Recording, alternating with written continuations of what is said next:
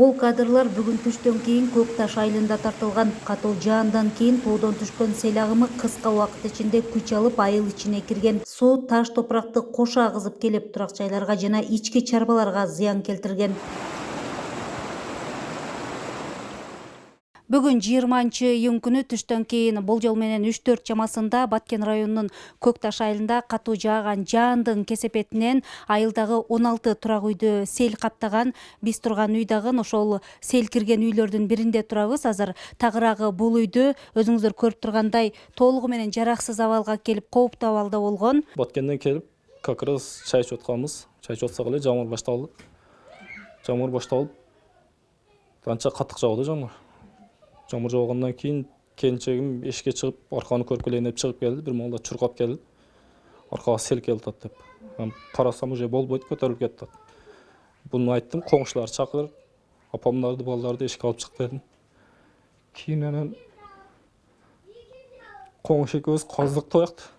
Спет этпедик бирок. Үйдүн ичине кирип кетти. Бирок бала чакаңызды үй бүлөңүздү убагында алып чыктыңыз, Убагында алып чыктык. 3 бөлмөлүү аркасынан кирип алдынан чыгып кетти. Фундаменттер полный жараксыз болуп калды. Фундаменттин астын жууп кетти. Бул жер дагы пол эгиз болгондуктан полго чыкпадан бияк уже алып кетти. Астын полный жууп кеткен.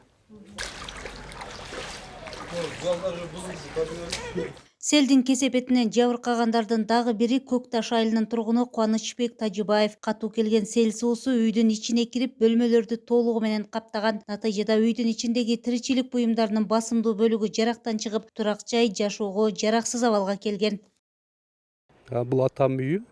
Анан өссүн үйүмө эле неме кылдым да, суулар бекитип подвалга кире баштады, бирок сууларды бекитип бир аз кирди подвалга. Анан аякта селди көрүп, кайра бул үйгө келсем, уже бул үйдө уже толуптур да. Атам үйдө да үйгө кире албадым, бирок атам сыртта экен жакшы. Оң жактан келдичи. Суулар огороддон келип, ошол жерге үйүлүп, 4 комнаттуу үй. 4 комнатта эле баардын суу кирип басты да. Жараксыз болуп калдычы, дуалдар аз бузулуп ататчы, астынан уже баштап бузулуп атат. Табигый кырсык катталган аймакка Баткен районунун акими Данир Иманалиев барып, жарандык коргонуу кызматтарынын өкүлдөрү менен ыкчам жыйын өткөрдү. Жооптуу кызматтарга калыбына келтирүү иштерин тездетүү жана калктын коопсуздугун камсыздоо боюнча тапшырмалар берилди. Селдин кесепетинен ушул подвалдарга жана хороолорго кирген да, жалпысынан 16 үй. Анын ичинен азыр өзүңөр көргөндөй ушул үй жана дагы бир үй өтө кооптуу болуп турат, жараксыз болуп. Анан азыр болгон районубузду тейлеп аткан службалардын баарын чакырып келдик. ЧСТ деген айылдын деңгээлинде жарыяладык бир айылда. Анан азыр осы тийиштүү иш-чаралардын баарын камтып, ушуну эртең мененке чейин жасайбыз. Азыр балдар келди, МЧСтин балдары ар бир короого кирип, жанагы мен айткан 16 үйдүн сууларын, подвалдары да, олоо короолору да сордуртуп тазалап атат. Анан азыр элдер менен сүйлөшүп отурабыз. Бир үйдү көчүрүшүбүз керек, бир үйдү. Аны дагы айыл өкмөттөрү менен чогуу сүйлөштүк. Биякта бизде мүмкүнчүлүк бар, үй бердик. Убактылуу жашай турат. Анан өзүңөр көрдүңөр, үй жараксыз болуп калды да. Аны азыр чогуу биз кесиптештер менен сүйлөшүп эмне кылабыз, ошол боюнча иш-чараны кабыл алабыз азыр. Кырсык болгон аймакта өзгөчө кырдаалдар министрлигинин кызматкерлери жана жергиликтүү тургундар биргеликте тазалоо иштерин жүргүзүүдө. Атайын техникалар тартылып, көчөлөр менен короолор сел калдыктарынан тазаланууда.